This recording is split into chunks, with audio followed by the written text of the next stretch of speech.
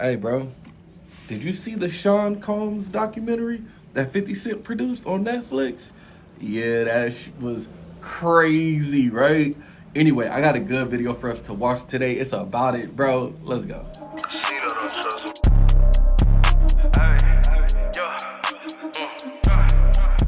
What's good, Dark Knight gang?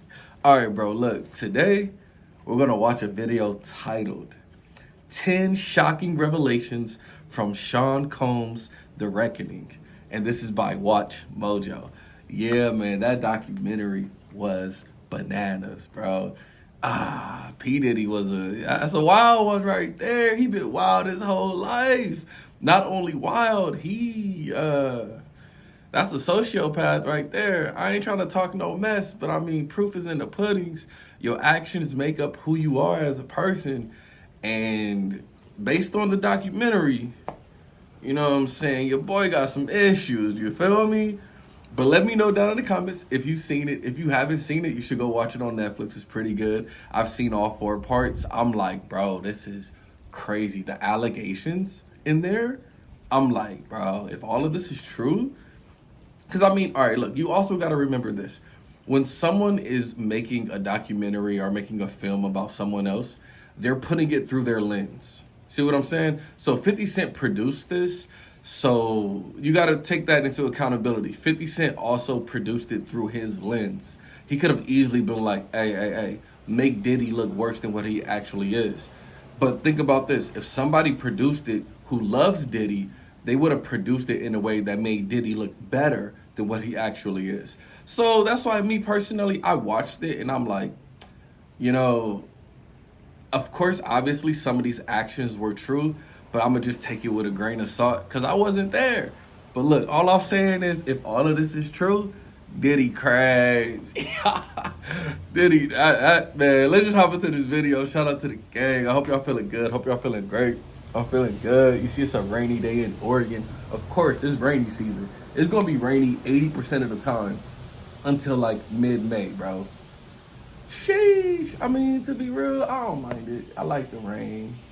I'm a little cozy. I got the jacket on, you feel me? So I'm cozy. But I'm ready to hop into this video. Shout out to the gang. I hope y'all doing good. Hope y'all doing great. Hope life is great for you.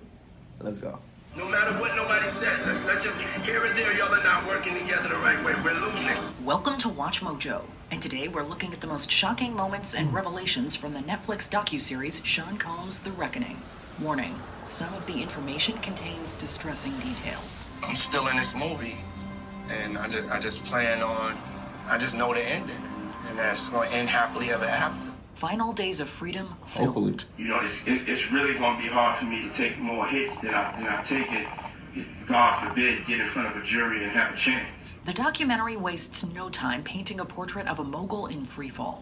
And it's all thanks to footage captured by a videographer Combs himself hired to document his days in New York prior to his arrest. The footage shows Diddy pacing through hotel rooms and anxiously scanning rooftops where law enforcement is perched across the street. You just get little cutaways of them, like looking from the, you know what I'm saying? We also see him make an emergency phone call with his team asking for someone seasoned in, quote, the dirtiest of dirty business to help navigate his crisis. We have to find somebody that'll work with us, whether they're from this country or from another country.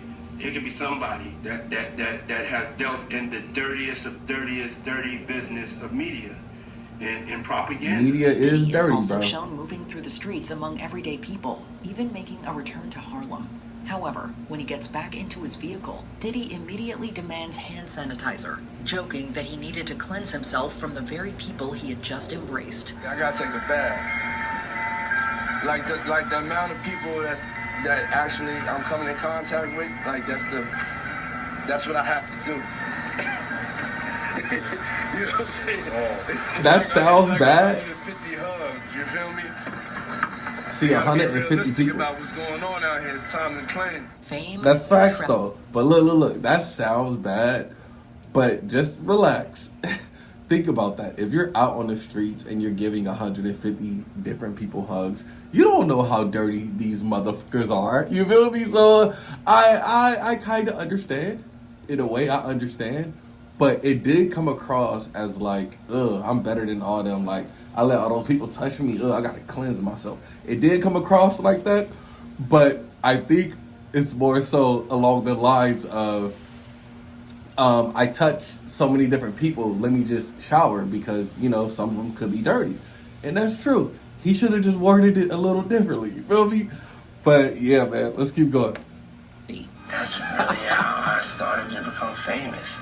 It was through a tragedy. Long before he became a household name, Sean Combs was thrust into the spotlight through tragedy. And I thought, you know, over the holidays, I just wanted to throw a celebrity basketball game in Harlem. The documentary revisits raw, unsettling footage from the disastrous 1991 charity basketball game at City College, an event featuring several hip-hop and R&B artists of the time that was heavily hyped and partially promoted by Combs. Every rapper in New York, right?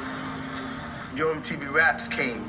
I'm at City College in the heart of New York City for the Puff Daddy Heavy D first all-time celebrity all-star classic. The gym, built for 2,730 people, was overwhelmed by nearly 5,000 fans, triggering a deadly stampede.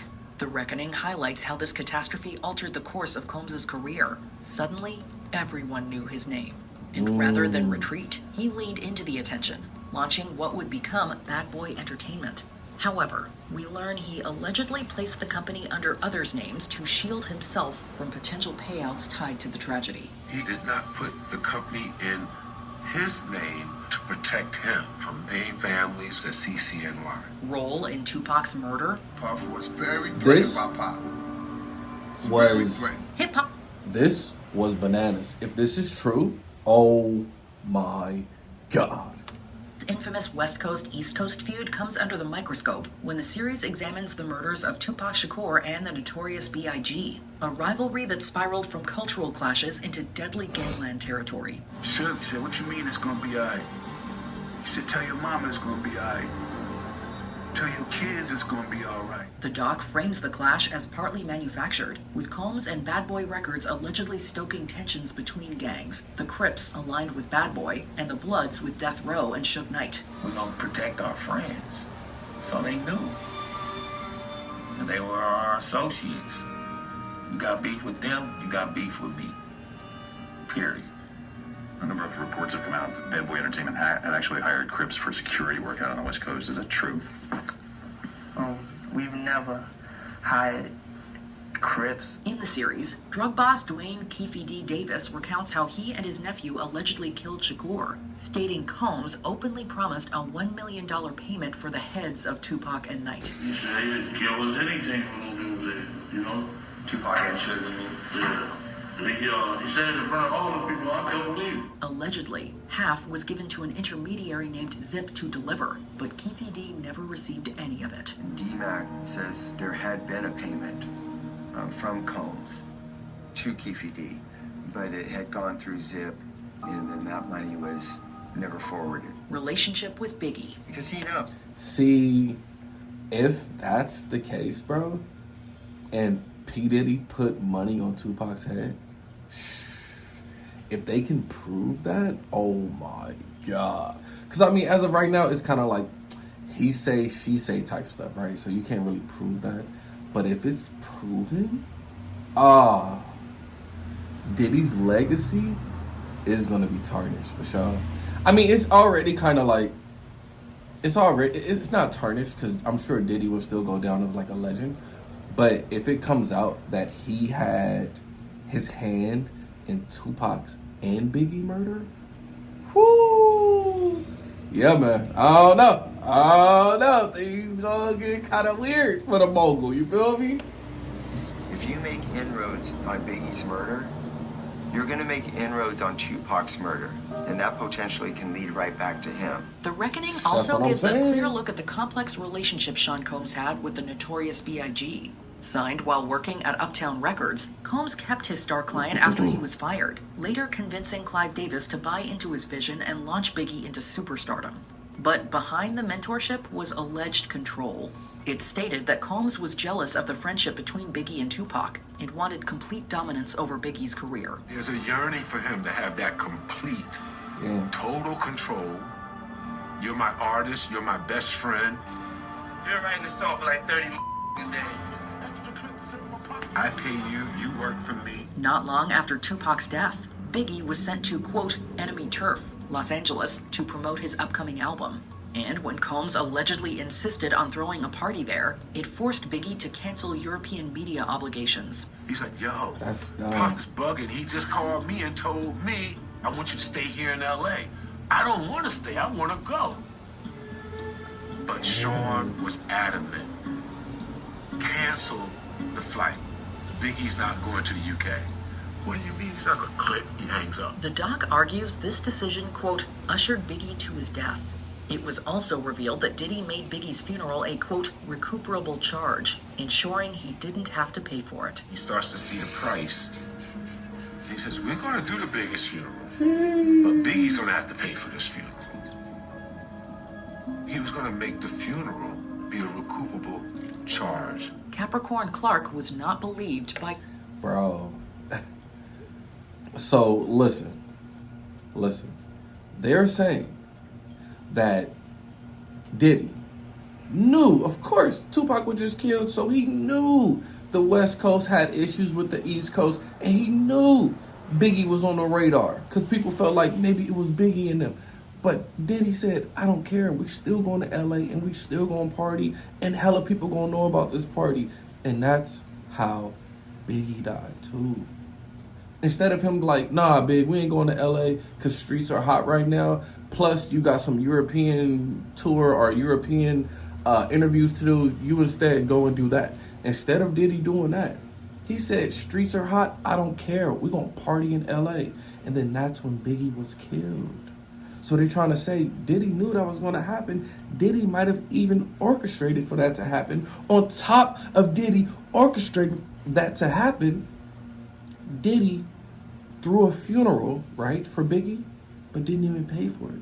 He put it through the company, through Biggie's account, to where it's going to be a recoupable charge, which means he's going to make that money back that they had to spend on his artist's funeral.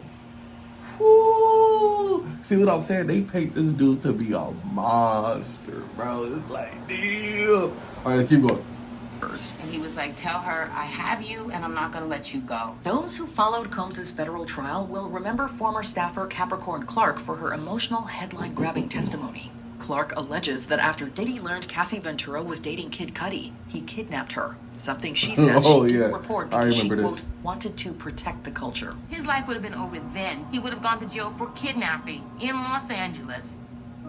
But I protected you because I had more love for the culture than to embarrass him and take it all away from him like that. She also described her very first day working for Diddy and how he allegedly took her to Central Park and threatened to kill her over her ties to Suge Knight. Yet the documentary reveals that jurors struggled to believe her story.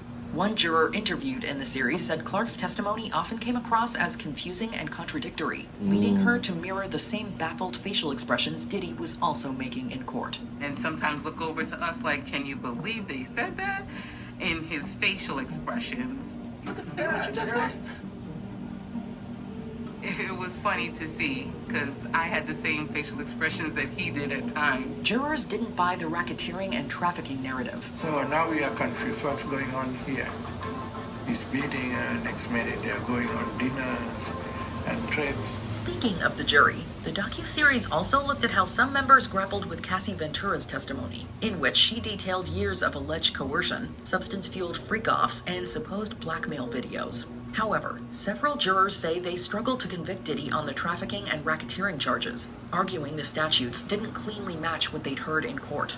As for the now infamous 2016 Intercontinental Hotel footage, one noted, domestic violence wasn't one of the charges, framing Cassie's ordeal as morally horrifying but legally complicated.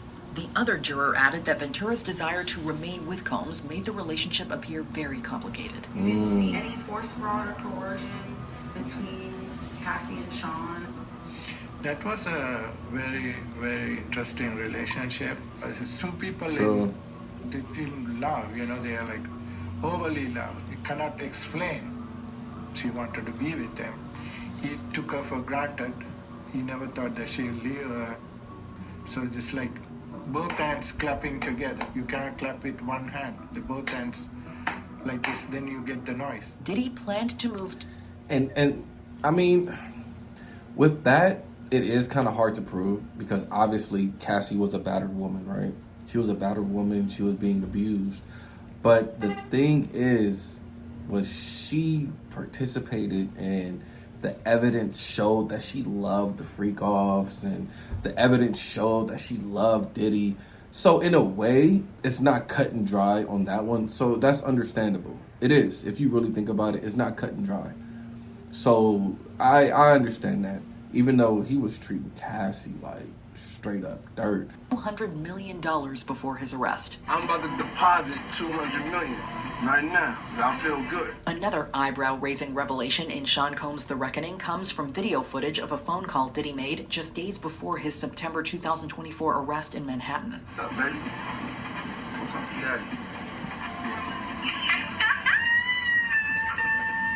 In the footage, Combs is seen and heard telling Dana Tron, the mother of his young daughter Love, that he was, quote, about to deposit $200 million right now. So are they trying to say He was that? also shown bragging that the bank was staying open late just for him. Are they trying to say that he was moving money to hide money? Filmmakers present this moment as a telling snapshot of Combs' mindset at the time. A man seemingly bracing for impact, shifting half his reported $400 million fortune as federal scrutiny immensely tightened around him. I miss you too. Freak-offs explored. I remember putting it on like a normal person. She took the bottle and said, no, that's not enough. It wouldn't be a complete Diddy documentary without a dive into the mogul's so-called freak-offs, the alleged erotic sessions Combs arranged between female partners and hired male performers. Those freak-offs sounded Reckoning spotlights crazy. one such participant, Clayton Howard. Here's the thing about the freak-off, though, bro. You can't charge a man for being freaky. You know what I mean? Just because Diddy liked to play, nothing wrong with that, bro. I'm a little freak, too. You feel me? So Diddy and his crazy-ass freak-offs, he just the wild man that loves wild, nasty sex. Like, it's like, oh... What they were saying was mind-blowing. I was like, yo. Tells me that I'm there to please her for her husband. You know, they're married. They like to spice things up. The sex worker admits to being flown in throughout an 8-year I don't period. judge. I don't judge people based on their kinks, their sexual kinks. I don't care. As long as nobody's getting hurt, I really don't care. Do what you want to do, bro. Engage in meticulously controlled encounters with Diddy and his ex-partner Cassie Ventura. Yeah, The they was process getting was freaky. always heavily regulated by him. He claims these entanglements were orchestrated, monitored, and, quote, heavily regulated by Combs, down to the use of baby oil and the collection of his bodily fluids. He's like, what's wrong with that? I was like, you know, to each his own. Howard even That's what I'm recounts saying, being to each brought his in own, annually for nasty sessions ass. that coincided with the anniversary of the notorious B.I.G.'s murder. I don't know if that was his release for that day or whatever. But they always called me on March 9th. Aubrey That's O'Day my writes a birthday. harrowing affidavit. March I 9th. had a Pisces lawyer gang. reach out to me in regards to an affidavit that they had received from a person that was allegedly a victim and that wanted me to be aware of something that she had seen. The Netflix docuseries features an unsettling moment in its 4th episode when former Danity Kane singer Aubrey O'Day reads aloud an affidavit. The document describes a 2005 incident in which a female witness alleges that she accidentally walked into a room and saw a partially unclothed O'Day being indecently assaulted by Diddy and another man. Aubrey looked out of it and was just If that's true, lying that's there. crazy, O'Day bro. tells filmmakers she has no memory of the alleged assault and admits she, quote, doesn't want to know whether it happened. Elsewhere in the series, Aubrey recounts being pushed out of Danity Kane in 2008 after refusing what she describes as Combs' sexual advances, alleging that her rejection of explicit emails and pressure to, quote, participate ultimately led to her removal from the group. I absolutely see that felt that I happening. was fired I can for see that. not participating sexually. Before we continue, be sure to... I can definitely see that happening. If Diddy's like, hey, you about to get freaky, woo, woo, woo, woo, and she ain't with it, I can definitely see him letting her go, because that's what is that called? I don't know if that's quid pro quo, because that's like this for that. Maybe it was, because maybe he was like, hey, you get nasty with me, I'll make sure you make the band. You feel me? And she's like, no. So then he let her go. So that's quid pro quo right there. So I can easily see that happening. However, her being sexually assaulted while unconscious. Oh my God. And she has no memory of it. Diddy and another man sexually assaulting her. Bro, I hope that's not the case. That sucks. That right there is the ultimate violation. Like, I hope that didn't happen to her. That's crazy. Subscribe to our channel and ring the bell to get notified about our latest videos. You have the option to be notified for occasional videos or all of them. If you're on your phone, make sure you go into your settings and switch on notifications. Bad Boy Entertainment co-founder tells his story. It seems to be all of a sudden with Sean. And it isn't. Yeah, Bad Boy he said co-founder it's been Kirk that way. Burrows delivers one of the most sobering accounts That's the throughout the crazy Netflix part. documentary series. For one, he alleges that Combs strong-armed him out of his 25% stake by threatening him with a baseball bat, though he still stayed on as an employee. My door opens up. Sean walks in.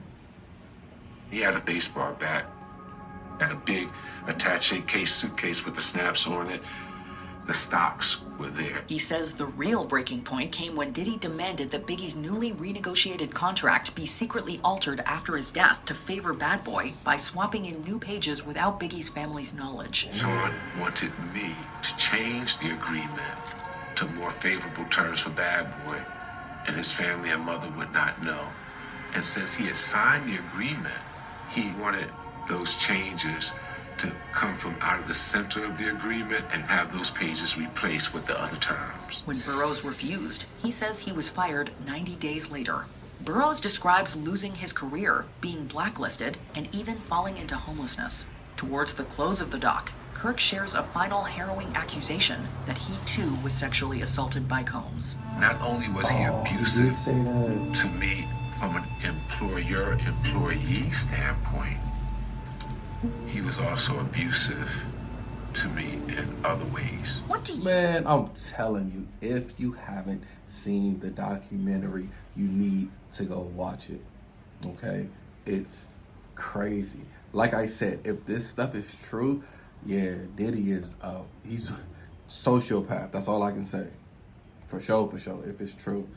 But once again, you got to remember, when somebody's making a documentary, they're putting it through their lens. If 50 has issues with Diddy, he's putting it through a lens to make Diddy look non-favorable to everyone.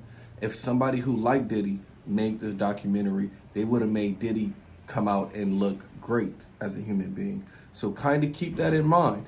But man, bro, sexually assaulting people, threatening people, potentially killing people, putting money on Tupac's head, on Biggie's head. Bro, this thing was crazy, man. Great video, though, from Watch Mojo. Let me know what you guys thought down in the comments. Go watch the documentary. That is bananas. B-A-N-A-N-A-S. I'll see y'all next time, y'all. To the gang.